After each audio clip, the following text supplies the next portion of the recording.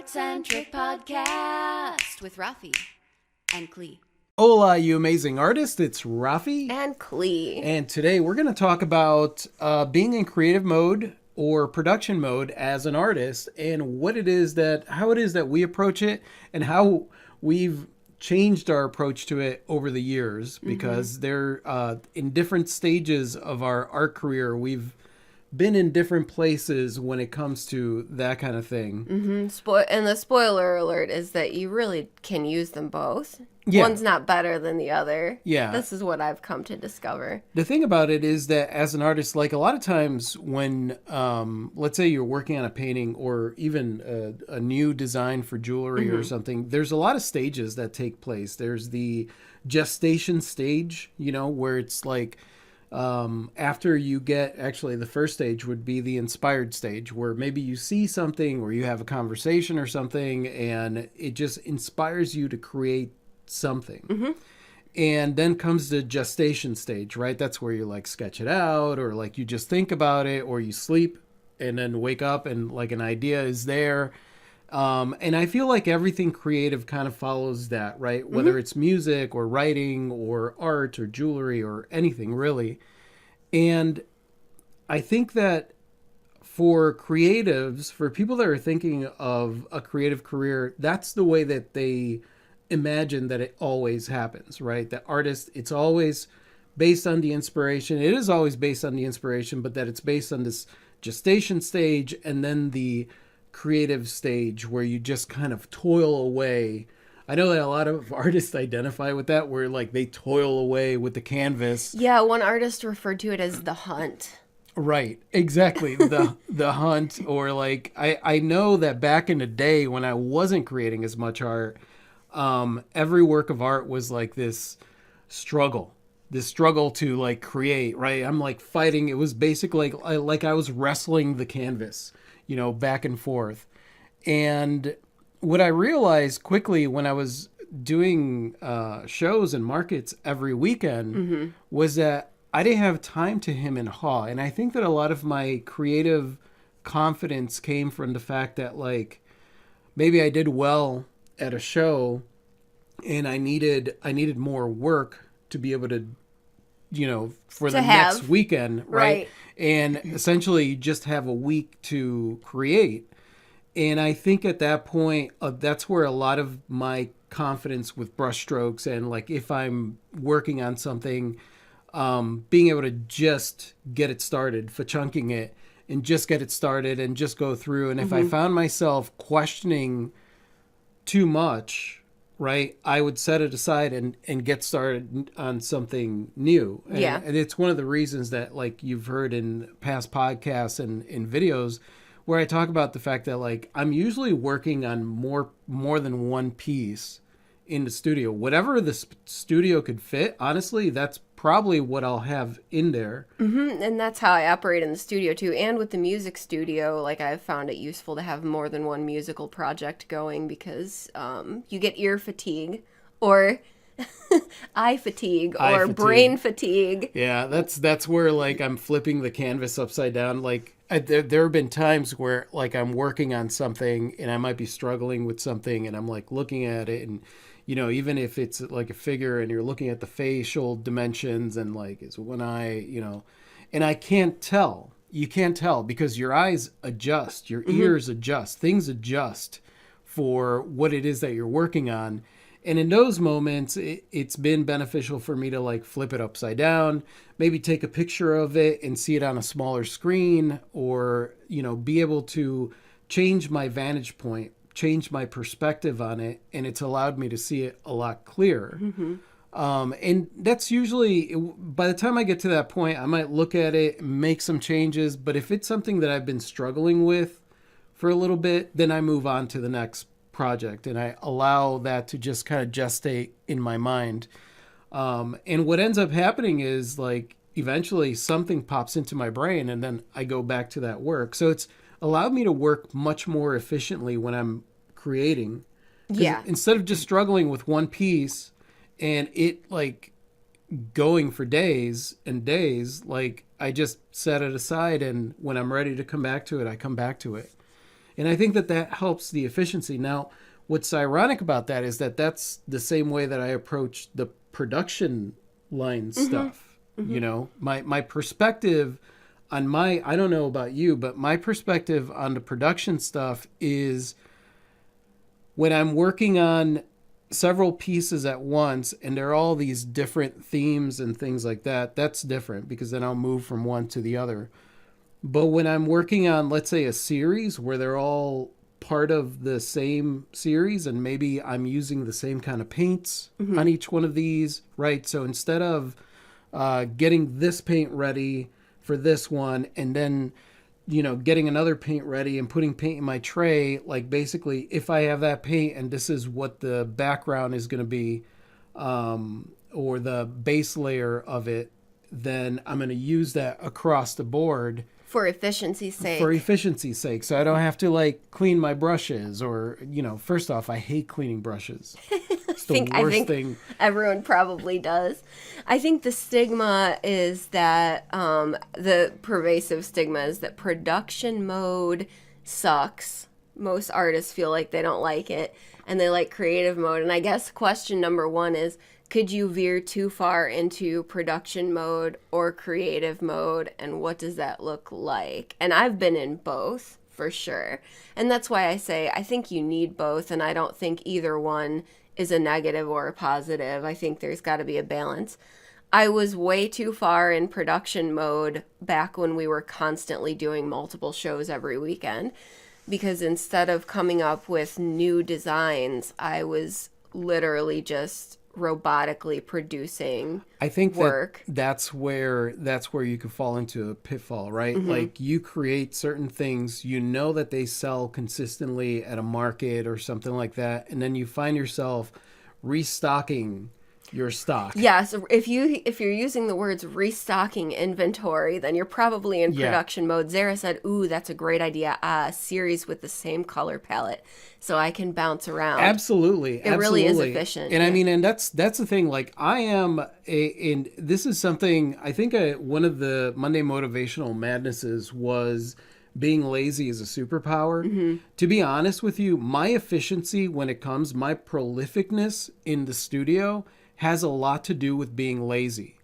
I am lazy. I don't want to work more than I have to. I don't want to I don't want to make things more complicated than they have to be. I don't want to spend a lot of time on something. I don't want things to be tedious. In fact, the irony is that like my very unique style has a lot to do with getting a project started where it's tedious and then figuring out a way to make it easier. Make it less tedious. Yeah. Tish is like, I don't think I have a clean brush in my studio. No. Leith is like, I ditched the 100% clean brush after the current painting. Yep. Zara said, I need to be in production mode now. I've been in creative mode and I have a whole kingdom of ideas going. Yeah, that's where on the flip side, if you live in creative mode for a very long time, you may find that you have a whole slew of ideas, and you need to get into production mode to make some of those ideas happen. Yeah. And I believe that you can be kind of in both. So I recently took on a commission for a really cool ring.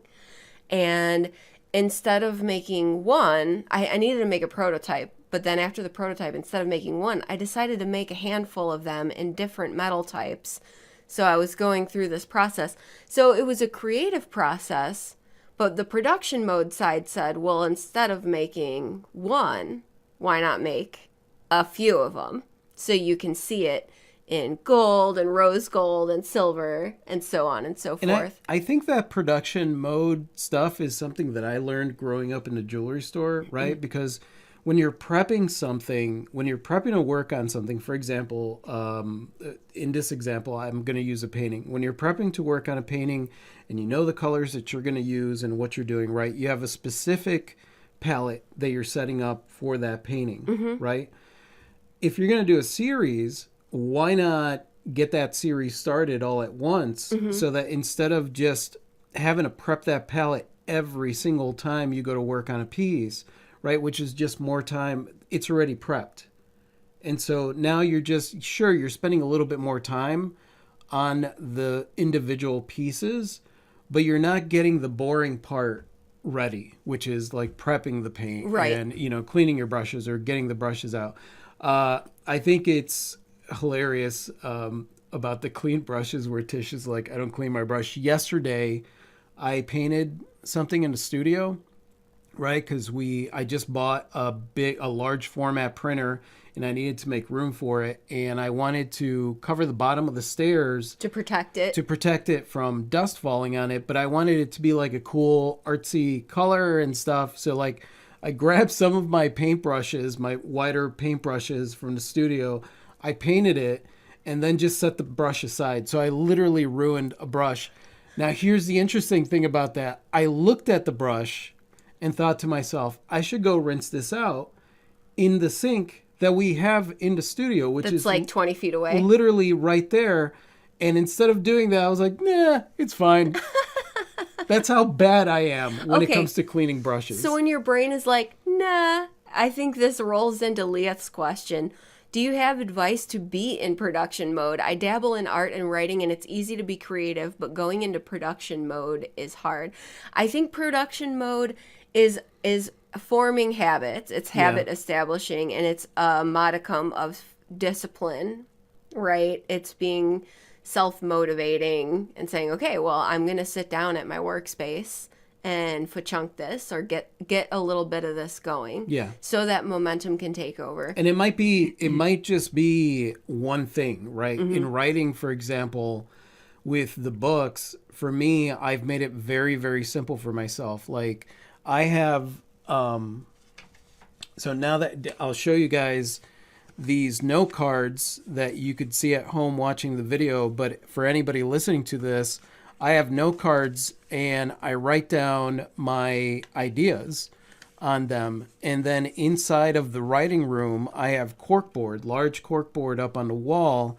And whenever I have an idea, these ideas transfer between videos and podcasts and blogs and all kinds of things, but also they'll end up in the book. So when I look at my board, I'll position these cards wherever it is that they fit into that story of that book that I'm writing. And then when I sit down to write, I may chunk one paragraph, one sentence, one thing, and a lot of times chunking is just 5 minutes. I'm going to sit down, write a paragraph, and you write it badly, right? It's a first draft. It's the same thing as getting a painting started, right? It's not going to look gorgeous right from the get-go. So like I get the process started, and what'll happen is either A, I continue writing, right? Or B, 5 minutes is up and I'm not feeling it. I'm not there. I'm like, you know what? Let me give it a break. And I think that one of the issues that a lot of creatives run into is that they think that being in production mode means that you continue just bam, bam, bam, bam, like Slogging a robot. through. And it's not like that. It's finding the way to inspire yourself to move, A, more efficiently, faster, but also be willing to step away and work on something else if you're not feeling it. And that's where I found the melding of the two, of production mode and creativity. Because a lot of people have this idea that creativity is one thing and production mode is something else. And in my mind, it's a little bit of both, right? There definitely is a creativity that comes in production mode. The only difference is you are looking at ways to simplify the entire process to make it easy on you so that you don't walk away feeling like you failed, especially if you're working on several things at once. Most definitely. Like I know that Clover has, the dice that she creates and the different things. And there has to be some semblance of production mode, but there is a creativity that is in there. They're not separate. They're not two separate things. They don't have to be. No. And I'm going to say something that might be a little unpopular, but sometimes getting into production mode requires setting yourself not a super rigid, but maybe a deadline, like a flexible deadline. Because when timelines are super open-ended and there's nobody waiting on you and you haven't set like an end date for yourself on a thing, man, creatives can drag stuff out infinitely. We are great at waiting to the Infinitely. very last moment. I'm producing jewelry right now because I set myself a self-imposed deadline for a spring collection that I want to release. If I didn't have that date, like I would do what I used to do, which was only work on jewelry when an order came in. Yeah. And then the rest of the time I'd be like, oh, I wish I had more time to be creative. But the truth was that I wasn't going down to the studio to be creative. I was only producing work when I got an order for work or a commission. And that's the thing, like we're working for ourselves, right? So like your deadline might be, all right, I want to upload 5 new paintings to my website, to my store by the end of the month, or I want to do a painting every week, or I want to, and the thing is, it's not just, I want to create a painting every week. There has to be something where it's like you're giving yourself some kind of rhythm of creation and giving yourself the room to be flexible and move it if you have to, but giving yourself that deadline. Motivation, yeah. Like, so we had like an example is like releasing a song every month or releasing a book every year, and sometimes you do have to move that goalpost. Yeah. But without that, it's like, man, I've had a song, I have a couple songs in queue. I have one song that's been in the works for like 2 years because I didn't say like, oh, I want to release this song at this time. And so you run into a problem with it, and then it's just really too easy to set it aside and not think about it because maybe you ran into a problem. So I think it's good to kind of have timelines in place for yourself to keep you motivated and try to do a little bit towards those goals on a regular basis, whether it's daily or weekly or whatever it is, to just form the habit to be working on stuff. Because especially if you came out of like the corporate world, the 9-to-5 hustle, where you're used to like being on somebody else's timeline where someone's telling you what to do and when to do it, doing that for yourself can be really difficult. In your brain, basically, you've set up the habit of being used to somebody else telling you to do something. And I think that that's where a lot of creatives run into issues with running a business, because they don't have anybody telling them to do something. So it's almost like you have to have those two sides of you, right? The artist, the artiste. I am the artiste. But you also have you have to have your self-manager that is like, listen, this is the deadline. Let's try and get to it. But it's also being good to yourself, right? That's the beauty. We work for ourselves, so we don't have to be a-holes like a lot of bosses out there. Totally. Tish said, for me, music is essential for production mode, helps keep me from getting bored when doing the same thing over and over and over again. Oh, absolutely. Agreed, Tish. Music or a good audiobook or something. Audiobooks are tricky if you are in creative mode because your brain is focused more on what you're doing. But when you're in production mode, audiobooks are great. Great too.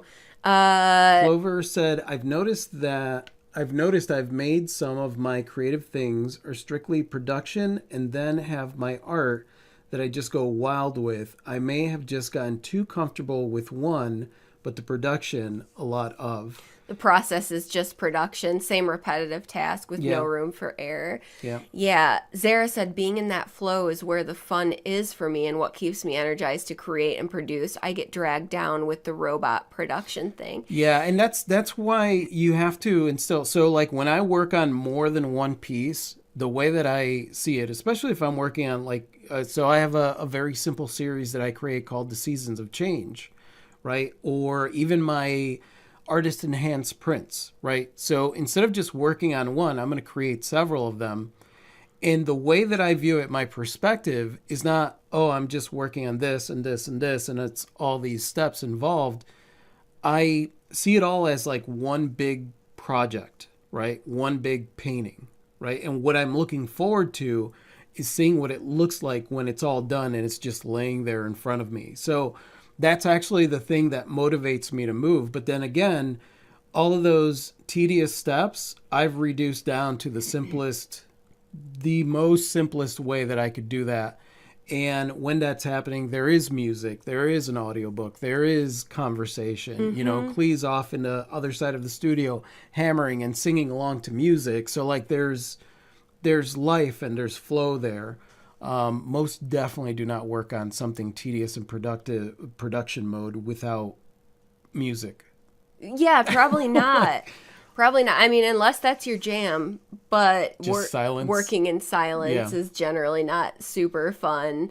Clover said, I make a day of the week dedicated to one project. So Tuesday is sanding day and Saturday is lay in bed and paint on my iPad day. I love it, It's Clover. good to designate That is days. good. Like, Rafi and I have days and weeks dedicated to things. So, like, we have a media week that's by and large dedicated to video production. And we have days that are dedicated to the studio or domestic arts, like yard day.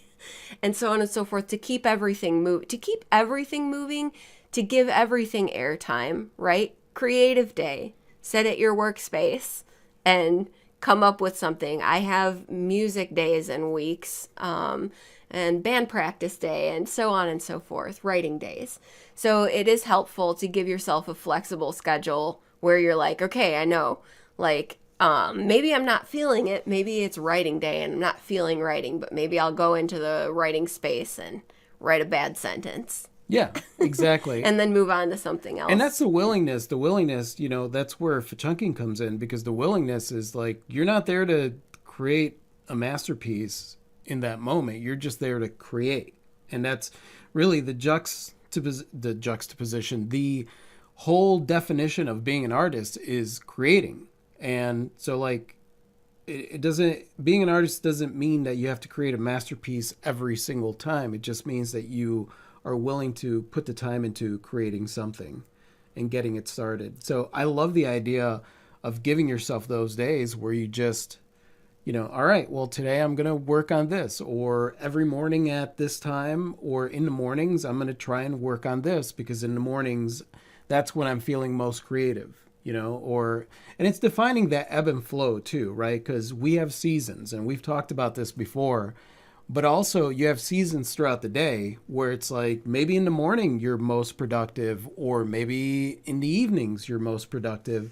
And it's really figuring out what your flow is for this, and which projects are the ones that you really want to. If you get into just production, where it's just production mode and it's month after month of that, burnout. you're going to burn out on that. Mm-hmm. Gobbles Gossip is like, what if your title actually partly includes the word producer?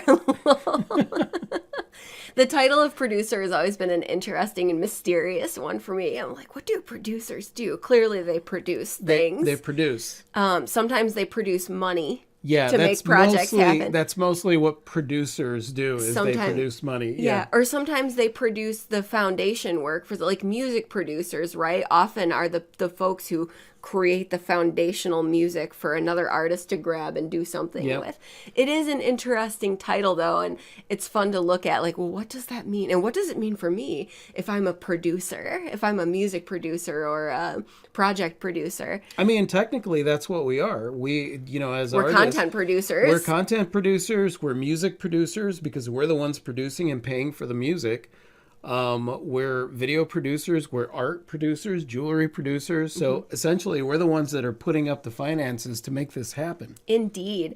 Zara said deadlines, decision to get going. It's amazing how much work I am probably using as a distraction. So now I organized my distractions that are productive. Very cool. That's a thing too, Zara.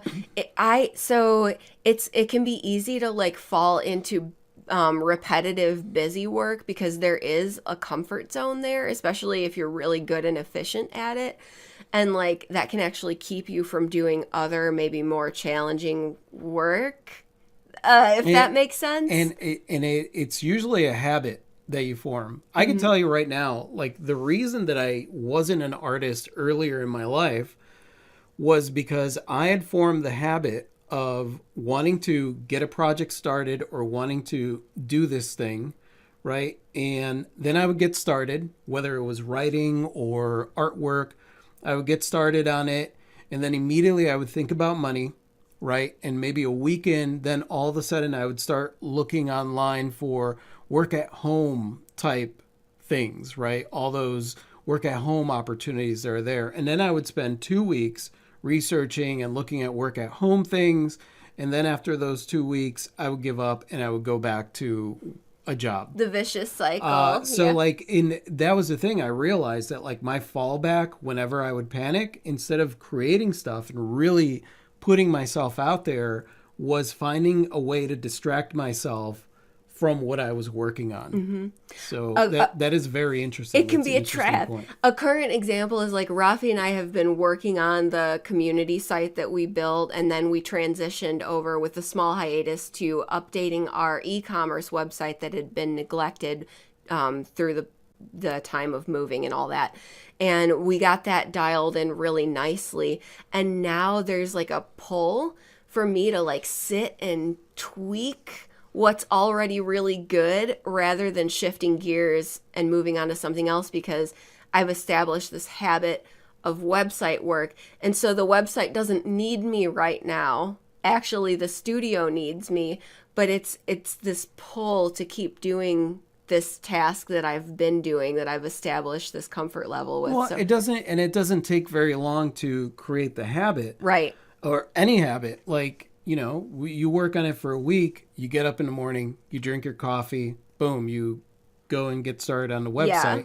And then it's over, and you wake up in the morning, you drink your coffee, and you're like, you get pulled. And you can find like busy work to do on said website instead of shifting gears. I think shifting gears can be difficult, and most of us creatives have to do it. Oh, yeah. Because there's many things that we do. There's the creative side of us, there's the production side of us, there's the admin bookkeeping side of us, and the running the household side of us. Tish is like, I dread cleaning day. You want to hear something funny, Tish? I have actually found a hack for myself, which is I will spring cleaning day on myself. I'll surprise myself with it, because if I write it in my planner, then I dread it too. And sometimes it's fine. Sometimes I have to do it that way. Or I spring it, kind of like I sprung yard work on us yesterday. So if cleaning needs to happen, and if I wake up in the morning and I don't have a clear plan for the day, I'll spring the cleaning on myself. I'll be like, okay, well, if you don't know what you're doing, then you're cleaning bathrooms. And then I'm like, no! And then I go do it. And then I'm glad that I did it. But I surprise myself with domestic arts tasks sometimes, and it's effective. Although I don't know how much I like that side of me that's like, it's cleaning day. Yeah, and I feel like stuff like that, like you can't put into that kind of stuff is production mode stuff though, where it's like, all right, I'm gonna do this, I'm gonna do this, I'm gonna do this, and really when we do the domestic arts part, it's because it's clearing the space for the creative stuff. Yeah, Gobbles is like, it's so easy for me to jump around to new songs like a flea. Oh, I feel you, Gobbles. Yeah. It's so easy to begin a song. It's difficult to finish a song. And it could be a really amazing song that you're super into, but the closer you get to done, it's like, I don't know, there's more moving parts and there's more at stake. So that's where it's like the self-discipline habits, right? I want to release this song into the wild so other people can enjoy it too. And that's I think that's the thing. It's like, all right, well, let me get this done. And I think that a lot of the projects in the studio, or just any of the projects that I work on, it gets to that point where I'm like, I just want to get this done so I can move on to what's next. Or, I want to move on to what's next. I want to list it on the site. I want to see what it looks like, right? So I'm weird that way. Like I've gotten into the habit of getting myself excited to see what it looks like on my website. A lot of people get discouraged with their website because they're like, well, I haven't sold anything, and they list stuff. And like, I don't care. In fact, a lot of times if something does sell, then I'm a little discouraged because I'm looking at my sections and they're empty. This painting is now gone and this painting complemented this painting so much. Totally. So like, I've gotten into the habit of just getting really excited about the aesthetics of how it looks when I get the paintings on there. So that works for me as a deadline. And I think that really the motivation, that's one of the reasons too, your motivation for being in production mode is because you want to create and you want to see it created and you want to see it out there. You want to see this new collection out there and you want to share it.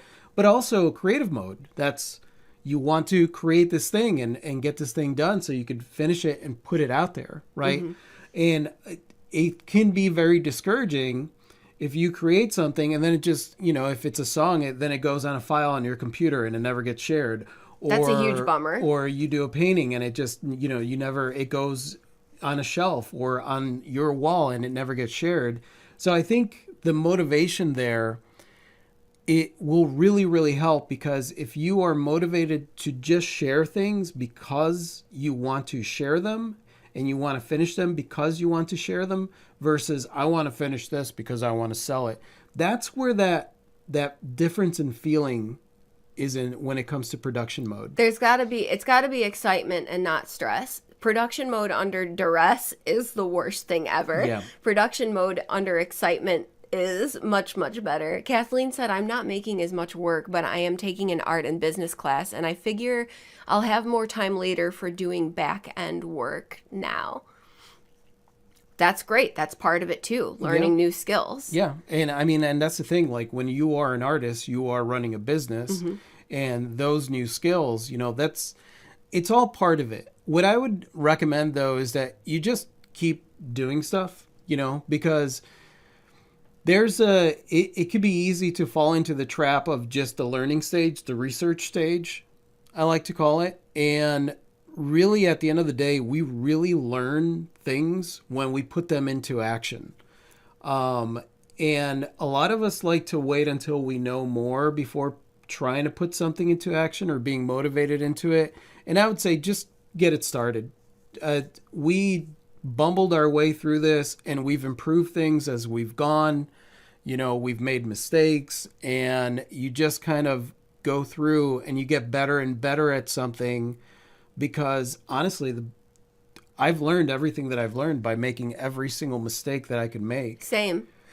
Clover says, I don't know if it's just my ADHD brain, just says things are done 80% of the way through and tries to move on. Yeah. I think I live there too sometimes, Clover. That's where I'm like, I just want to get to, immediately at that point, the motivation might just be like, I just want to get this done.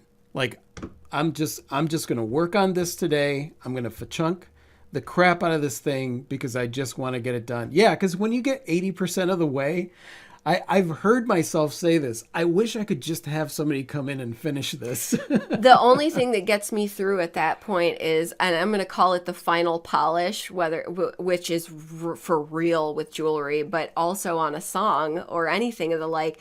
It's 80% done and it's glorious, right? But you know what it's going to be when you put the final polish on. It's going to be incredible. Yeah. Whether that means you're mastering a song track or you're varnishing a painting. It's that last moment that's so satisfying. And it glistens and you're like, now it is complete. I live for that. The heavens open up and it's like, oh. Uh-huh. Yeah. The final polish is what gets me through to the end. Tish is like, I may have to try that. My mom ran a cleaning business when I was little, and guess who was her helper? It's anxiety at its peak for me. I'd much rather play with art stuff, for sure. Domestic arts can be a total drag when you don't wanna. And that's the thing, we try to make everything fun, right? And because our philosophy is I don't care if there's people out there that are like, business is supposed to be blah, blah, blah, blah, blah. It's like, this is life. Everything that we're doing is life. And we don't work for anybody. So I don't have to jump through hoops for anybody. So I'm going to do everything that I possibly can to make this life that I'm living as fun as possible. So when it comes to domestic arts, like cleaning and stuff like that, it's important to put on some loud music, be goofy, do the things, really set up that feeling. And what we'll do is we'll clean up the house. And once that nice feeling that envelops you, then we'll sit there, we'll maybe have a drink, hang out for a little bit, light some incense or whatever, and just chill and enjoy it and bask in that So when we're going through the tediousness of cleaning, that's really what I'm thinking about. I'm thinking about that moment. I'm not like, oh, this sucks, I hate doing this. And of course, if wash dishes or we do anything like that, there's also that meditative thing there of clearing the space and clearing your mind. Zara said, yeah, I need to reframe the vision from creation to excited about that creation living in the wild. Yeah. Definitely. Yeah, exactly. Yoshana said, I tricked my lazy self today, found a group of girls doing writing sprints live, got all the flash stories and short into my ebook doc, only editing left. Woot, nice. Oh, very cool, Yoshana. That's awesome. Kathleen said, took me 15 years to learn that. You know, Rafi and I are over a decade in and still learning stuff constantly. It's Always. a never-ending process. Always. Clover said there's an art practice saying that I hear over and over to do 100 art practices to 80% instead of 10 at 100% because 99% of the learning is in the first part. Yes. Yes, exactly. Exactly. Definitely, especially for studies and trying things. Most definitely. Rachel said, but sometimes you have to force yourself to say, right, it's finished. Yeah. Yeah, I mean, and there's that point, because now I've gotten very comfortable with knowing when something is finished. Same. But even still, there will be points where I want to overwork something. Mm-hmm. And when it gets to that point where I want to overwork something, I just push it off to the side and I'll let it sit there. I've let pieces sit in my studio just staring at me for months sometimes because I'm not sure. I'm not sure if I'm done or it's not done. And eventually with a new set of eyes, you'll be able to see whether or not you need to progress on it. Because, yeah, the worst thing is like overworking a piece.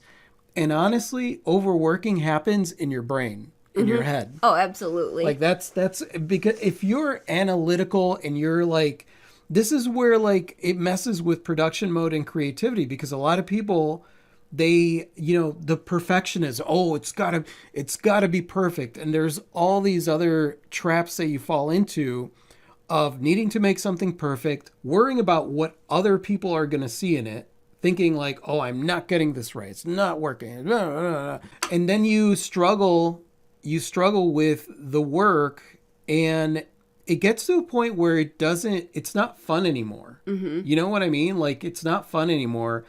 And then you feel like it's overworked. I've had pieces that somebody else came into my booth, another artist came in, and it's like, it looks like you overworked that one. And honestly, I didn't. I was like, no, I didn't overwork that. Yeah. That's to the perfection. That's exactly where I wanted to take that work. That's the thing, is that nobody else can tell you whether a piece is under or overworked. That is 100% your call. This guy was in a unspoken competition with me all the time, right? And whenever I talk about that artist that sits there with their arms crossed and are all pissed because nobody's buying their art, this is he's one of the people that I think about. The examples. Yeah. Kathleen said, or finished for now. Clover said, I've been putting off bookkeeping for months. Bookkeeping, yeah. So what we do, we've made, Clea has a system that she has in place. We actually wrote about it in the money book, mm-hmm. but she takes care of that every morning. And so every morning, it's like 5 or 10 minutes of bookkeeping. Because I look at it every morning, it's 5 or 10 minutes. If I let it go because I'm busy, then it's longer for sure. When it comes to reporting sales tax, if I let it go, then it takes a little longer. And of course, overall finances when it comes to like federal tax, if you let it go, it can be tedious. We set aside a week for it, mm-hmm. And we blast music that day, and we just, it's a fun game to see how much money we could save on federal taxes. Definitely. Okay, so let me switch gears. Hold on, Yoshana said bookkeeping is a dirty word. Slap. It might not smell too good, but it's necessary. Yeah. The flip side to this conversation that a lot of artists struggle with is you get a little bit of traction, you get a little bit popular, you get a lot of commission work and orders coming in, and you find yourself in constant production mode with no time for creativity. This is a complaint that I used to hear from artists a lot at markets, especially artists who had a lot of impulse stuff. Like there was one artist in particular that did glorious portraiture, but she would sell the crap out of greeting cards. So she was constantly producing greeting cards for the markets and not really able to do any personally fulfilling work. Right. So that's important, because it's the reason that we say do not take any commissions that you do not want to work on, because if you do and you become popular taking those commissions, then that's what you become popular for. And now, what if you do enjoy it, but you're just booked?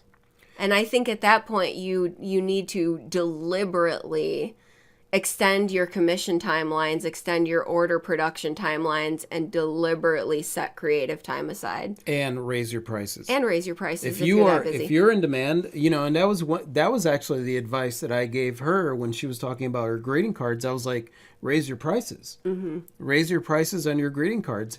If they are in demand and you find yourself spending all this time working on something and you're not feeling the gratification of working on it, then you need to either especially if you enjoy doing it, then raise the prices.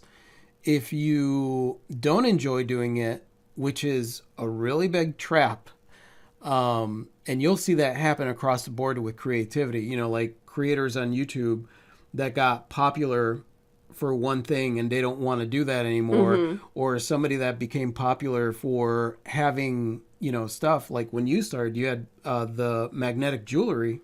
Oh, And man, it you took me had- forever to get out of that. And you had a huge audience for magnetic jewelry and you didn't want to do it anymore, but it took you a long time to really weigh that out and be like, I don't, and I think it was finally like a couple of years in, you were like, I don't want to be doing this anymore. No, and then I found myself in that place again when we were at our peak of doing shows, of like just producing the pieces that I knew were going to sell at the show because they always did, and then taking custom orders at shows and then having website orders come in. So it's just producing pieces for shows, producing work for orders, producing commission work, and never sitting down at the bench to just make a thing. I did that for several years before completely burning out on it. In the same studio with me, and I was off over there like creating some random crap and like, what do you think of this? No, and I was a nightmare for a while there, and it would be like Rafi would be like, I want to film a video, and I'd be like, "Gah, Like, yeah, I don't have time. I don't have time. I've got what was it that you would call it? I have to restock my inventory. I was like, what? Restock Yeah. your inventory? So that's where it's like, Yeah. if you find yourself in that place, and I know a lot of you have, where you're like, oh, snap, it's great. It's great to be busy. It's great to have your work be in demand. It's a humble brag a little bit to be like, oh, God, I'm so busy. I I'm don't have so any. busy right now. Yeah. But at the same time, like, it is very important that you have your creative expression time outside of fulfilling those needs, right? So it might come down to like, you need to be a little ruthless then with your time. And like, as Kathleen said, also limit the time. My last commission dragged out for months. yes. So like, extend or reduce your production timelines depending on what you need to do. If you're dragging things out unnecessarily, then you might need to shorten those times. Or if you're producing too much work too quickly and you need more time in between so that you may be creative, then you need to adjust your timelines accordingly. I recently, all of my stuff on our website used to say 3 to 5 business days for a piece.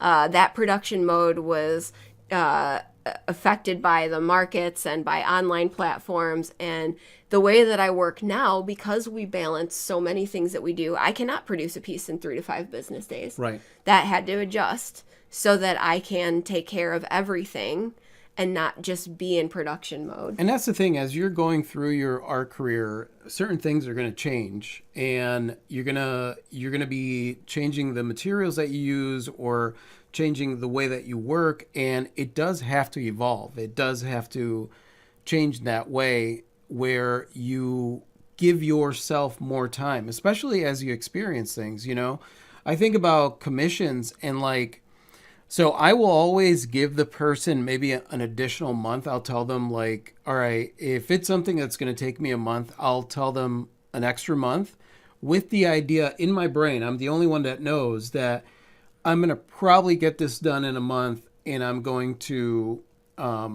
ship it to them early. Great.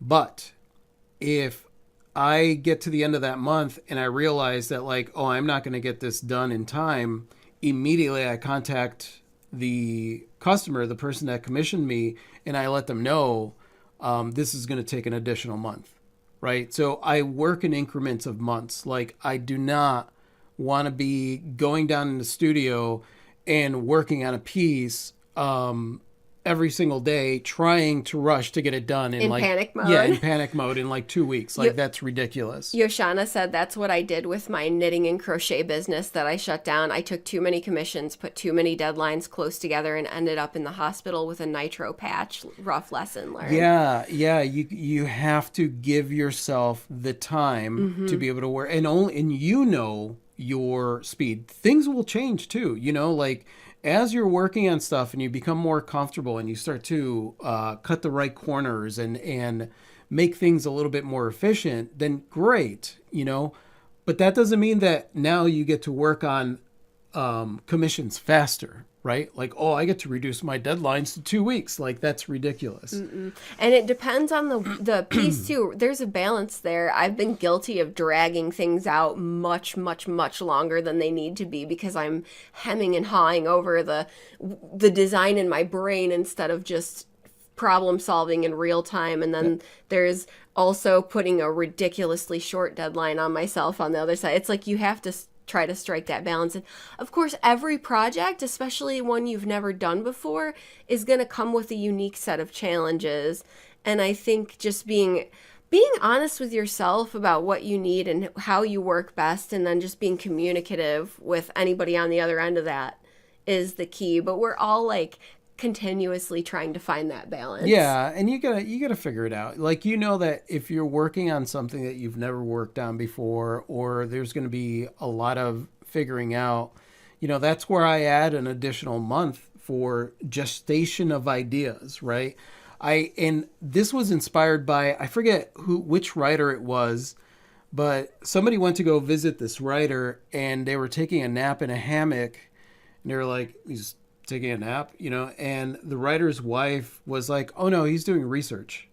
And I love that idea, because really that's, if you allow yourself to step away from something and just allow it to gestate, like it's going to come. Like your brain is working on the designs while you're, you know, washing dishes or taking a nap or doing whatever. Kathleen's like, because it's not just art timing, it's life. I don't have any commissions right now, but life exploding, I wouldn't have the time. Yeah, exactly. You're not just always in your studio producing work as an artist. You're a human You're not being. a robot. You're not a robot. And back in the day, like when I was like, oh, I gotta pull out commissions and whatever, like I would spend just about every day. I think I would make the comment like, I wish there was a clone of me to do the right. And here's the thing though, I wanted there to be a clone of me that was just chained to the studio, that didn't need to eat didn't or sleep. need to eat, didn't have a life, wasn't enjoying life. And I was like, oh, so that business side of me is kind of treating the artist side of me like that. Like an indentured servant. Exactly. Naomi said, hi, Rafi and Clee. Any advice for learning overload? Exhausted from learning admin and other things that I didn't realize were a part of it all for the art. Just don't know how to get into learning again. Oh, gotcha. Maybe you need a break from learning if you're in learning overload. That's a thing. It's easy. It is very easy for us to get into that research learning stage and be there until you figure it out. And there does have to be a balance, right? Yeah. You have to be willing to dedicate maybe a few hours to it and be like, all right, I'm going to learn this or whatever, and be willing to walk away from that, understanding full well, you know what, I'll come back to it tomorrow or the next day, or maybe I'm going to work on this 2 days out of the week where I'm going to really research stuff. I've gotten into habit that when, you know, I just built the website. We manage multiple businesses. There's different things going on. I've gotten into the habit where if I am researching something or I'm trying to learn something, I will do it, but there is a cap on how much time I spend doing that. Yeah, and the phrase is, I know enough for now. I know enough for That's now. enough for now. Let's table this. An example in my admin world is that there's a new law in place that is preventing us from shipping goods to the UK. It has to do with VAT tax. And I beat my head against a wall doing research for months, trying to figure out the best approach to get us to a place where we could ship art and jewelry to the UK once more. And it is still an ongoing process. And I was doing research to the point of feeling like I'm going to vomit. Yes. And you can't. You can't. And I was writing letters to His Majesty's Revenue and Customs, and I was writing letters to the U.S. Trade Department and trying to blah, blah. And at some point, you just have to say, even though, right, it feels like a lot of pressure and it feels like it needs to be dealt with right effing now because it affects your business, you still have to say, that's enough for right now. And that's the thing, Naomi. It's like understanding that you're gonna learn things. You're gonna go through the process, and really, when you're there and you're going through the process, right? It's specifically at that moment that you're really gonna learn that thing, right? Mm-hmm. You want to file your sales tax. Okay, great. That's the perfect opportunity to learn how to file your sales tax. You call the sales tax office, or you research some stuff. Boom, you file your sales tax. You maybe take some notes on that, and then you filed your sales tax. I've got all these paintings. I want to do inventory on these paintings. How am I going to do inventory? Then you do that. You ask other artists, like, how is it that you keep track of your stuff? And you figure out which way works for you, but you do it in that moment. If you are researching something and you are, doing all the learning for it, and you're learning every single aspect of it, you're going to find that you don't actually need most of that stuff, and it's in those moments where like you're doing it that it is going to be much more simplified, and you're going to be able to figure out ways to simplify that system. Because if not, it's like, if we sat there and did research on like, okay, business sales tax and how does that work and everything, and there's a bunch of dry information on that out there, and you could spend weeks just researching that stuff. Mm-hmm. And I would say that maybe about 10% of it is really something that's applicable to us. It's kind of like learning a photo editing program or a music production program. You learn enough to like do the stuff you need to do at the time. Yeah. And that because if you tried to learn the entire program all at once, it would be overwhelming and you probably wouldn't even want to look at it. Yeah. When I edit my videos, there's only a certain stuff that I do. Now, if I want to add special effects and I want to add graphics and, text that follows me around, my program's able to do that. I will look up a video, and that's when I'm going to learn how to do it. I don't need to learn every single aspect of the program I'm using. And that's the pitfall that a lot of people fall into, is that they go to do something, they're excited about doing it, and then the excitement wanes because now you're stuck learning how to do everything and researching everything about the thing that you're doing versus what do I need right now? What do I need right now in this moment that I need to do? And, for me, that's the simplest way of approaching it, whether you're learning how to paint in a certain style, or you're learning watercolor, or you're learning sketching. Or admin, bookkeeping, whatever. QuickBooks, whatever it is, like just what is applicable to me right now in this moment, and simplify it, and sometimes it's ours, but be willing to walk away from it. Just be like, all right. And say, I know enough for now. It's good enough for today. Like, and I will say that out loud, even if Clee's not in the room. Yeah. I'll be looking at it and I'll be like, you know what? It's good enough for today. And because your mental health comes first. Yes. Rachel said, yes, would need 10 lifetimes. Google is my friend. Exactly. Sarah said, yeah, learning can be a safety or comfort thing when experience is really the teacher. Totally. I've called it analysis paralysis Yep. for the longest time because you can get stuck in a research loop, feeling like you don't know enough and being scared to take the first actual step in doing it and crying on tax forms like we all know that I have done in the past. But every time you do it, you learn a little bit. Every time you do it, you learn a little bit. And I think that's the best way to learn something. Gobbles Gossip said, please make a black t-shirt with white lettering for us, please. What do you want it to say? I have black t-shirts with white lettering. Yes, what will the t-shirt say? We might have missed that in the ticker tape. Dreams are Definitely a part of research. I've had so many crazy dreams that have inspired different stories. Yeah, exactly, Leah. Yes. I have created artwork from dreams also. There was one particular very strange abstract piece of jewelry that came, the entirety of it came out of a dream. And still to this day, I'm like, I'm not really sure like what it meant entirely, but it's cool. And I've written songs from dream state as well. Yeah, but that's, I mean, and that's how it works. So at the end, let's get to the ending of the podcast. When it comes to production mode and artistic mode, I think really my opinion on this is that there's no difference between the two, right? It's easy to look at production mode and say, because it's all these steps involved and be like, all right, well, it's all these steps and it's tedious and whatever. And I know what this is. This is kind of like what Clover was saying. I have a sanding day and I have this and I have that. But it's understanding that like at the end of that, you're going to have a bunch of individual pieces that are going to all be yours and unique, right? So the closest that I come to in production mode is, let's say, creating my enhanced prints, right? The first thing I got to do is cut the wood, and then I'm going to sand the wood, and I'm going to do all this stuff. I hate sanding. Sanding is worse to me than cleaning brushes, right? So what I did was I got a table sander, right?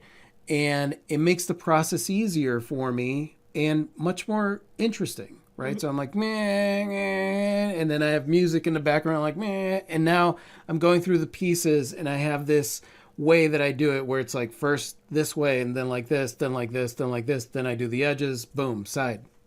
And at that point, my production mode is looking at this stack of 20 that I have over here and then watching my stack on the other side grow. Gratifying. And then there's immediate, so it's like every single little step in that production mode, setting up some kind of form of immediate gratification for that step, right? I agree. Because that's the only way to get through it. Because if you're looking at the overall project and you're like, when you get to the end, where you get to that point where it's like 80% done and you're like, this sucks. I don't want to do this anymore. That's where you really, what's going to push you forward is to fachunka and be like, now I'm really close to seeing it all done, right? That's what motivates me towards the end. Now I'm close to seeing it all done. But until that point, every step is just immediate gratification. I get this step done, boom. Get this step done, boom. Even if I'm doing the backgrounds of the series where I'm like, all right, I got to put this color on every single thing. And then I look at it, I'm like, yeah, done. And the willingness to walk away at that point too and be like, I'm done for the day. Good enough for today. Yeah. I agree with you. Get gratification wherever you can get it in production mode. Gobbles Gossip said Art B. Oh, so it's like 80% done. I like it. I love it. That's how I'm interpreting it. I like love it too. it. That's really good. That's really good. Kathleen said fachunka. Yeah, exactly. Exactly. My final thoughts are that like Rafi said, sometimes production mode and creative mode can be kind of one and the same. And sometimes they're not. Sometimes production mode is just production mode. So get gratification where you can get it. And be a little ruthless with your time and your self-discipline and find a framework that works for you so that you can have it all. Most importantly, when it comes to production mode, I think about why it is that you're creating what you're creating, right? It's very easy to think that production, and this is where I say that they are one and the same. It's very easy to create something in production mode because you think it's going to sell. And that's your only motivation. And we've said it time and time again, and I'll say it again. Money is a very poor motivator. When it's there, great. You're like, oh, this worked. This is wonderful. When it's not there, why would you do that? Why would you get into production mode creating something that you know is not selling? So it's got to be something that you are creating not because you think it's going to sell. You know, because you think back to you being at the market, Clee, and that was the thing. There were certain designs that you had moved on from, but you were creating them because you knew that they sold. And that's where the burnout really started Yeah, coming in. absolutely. Or I didn't take them off the website and I was creating them because I already sold it. Right? Exactly. And every time I had to make one, I was like, it's not that I didn't like the piece anymore. It's that I was ready for a new challenge. Yeah. So, Kathleen said the magic of the check mark. Yes. yeah. It's the reason that I have checklists for different things, you know, like live stream Wednesdays. I have a checklist that I go through, and like when I finish something, that satisfaction of marking it off and knowing that I took care of everything I needed to take care of today, right? There's nothing floating in the ether. I don't have to think about that thing. But it's like there are things that I approach that have structure in place, but I'm still able to approach it from a flexible place. And that same thing goes for whether it's a checklist for a live stream or sitting in the studio creating 100 artist enhanced prints. You know, like every single thing is my own creation, but I create it not because, I'm going to sell 100 prints and this is going to be amazing. For me, it's like, I want to see it come to life. I just want to see it come to life. It's the reason that my trees have been a made to order series, the Seasons of Change. That has been there since the beginning because I still love creating my trees. Like I love creating them. But if it ever got to a point where I didn't want to do it, or I was just doing it because they sell, or I was doing it because whatever reason, other than the fact that I want to see them, I would stop selling them. I'd be done. The series would come to an end. It would conclude. I just did a large website purge where things got discontinued, essentially, so that I could make room for new. Exactly. You make room. When it's something that you don't want to do anymore, you don't do it. Because you want to make room for the new things that you do want to do. Zara said, that's a great plan. Gratification infused production for each step and being clear about the exciting end result with money not necessarily being the goal. Got to be something more meaningful. Love it. That's perfect. You just very concisely said exactly what we're trying to get to. Definitely. And so I want to thank the Rogues for being here. For anybody that's listening to this, if you guys heard us reading off comments, that is our amazing Rogue artist community. And I want to give a shout out to one of our Rogues in particular, Rhonda Young, whose business name is Uzis and Doozies. So she's at Uzis Instagram. You can find her at Uzis and Doozies. And mom of two, Oklahoma native, polymer clay artist, creating little clay monsters. I love her monsters, by the way. And from time to time, singer who loves to sing. That's awesome, Rhonda. That is all we have today. I want to thank everybody that's listening to this. Thank you guys so much for listening to this. And if you like this podcast and you'd like to listen to more like this, go ahead and click anywhere around here to subscribe. And other than that, you could say goodbye, Clee. Good day. Adios.